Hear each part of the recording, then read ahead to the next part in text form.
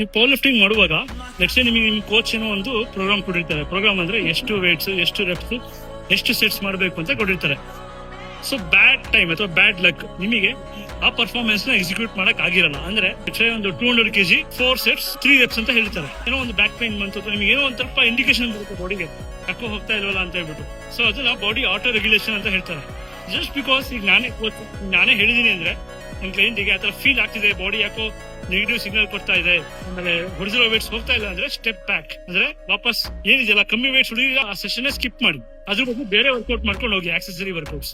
ಯಾಕೆ ಹೇಳ್ತಾ ಇದೀನಿ ಅಂದ್ರೆ ನೀವೇನೋ ಕೋಚ್ ಹೇಳಿದಾರೆ ಅಥವಾ ಕೋಚ್ ಏನೋ ರುಟೀನ್ ಫಾಲೋ ಮಾಡಬೇಕು, ಕನ್ಸಿಸ್ಟೆಂಟ್ ಆಗಿರ್ಬೇಕು ಅಂತ ಫಾಲೋ ಮಾಡಕ್ ಹೋಗಿ ಪವರ್ ಲಿಫ್ಟಿಂಗ್ ಅಲ್ಲಿ ಇಂಜುರೀಸ್ ಆಯ್ತು ಅಂದ್ರೆ ಮತ್ತೆ ನೀವು ಜಿಮ್ ಕಡೆ ಬರೋದೇ ಇಲ್ಲ.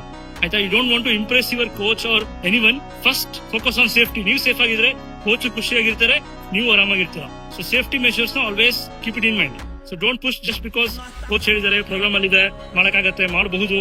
ಕೆಲವೊಂದು ಟೈಮು ಮಾಡದೇ ಇರೋದೇ ಒಳ್ಳೇದು. ಸೊ ಯೋಚನೆ ಮಾಡಿ.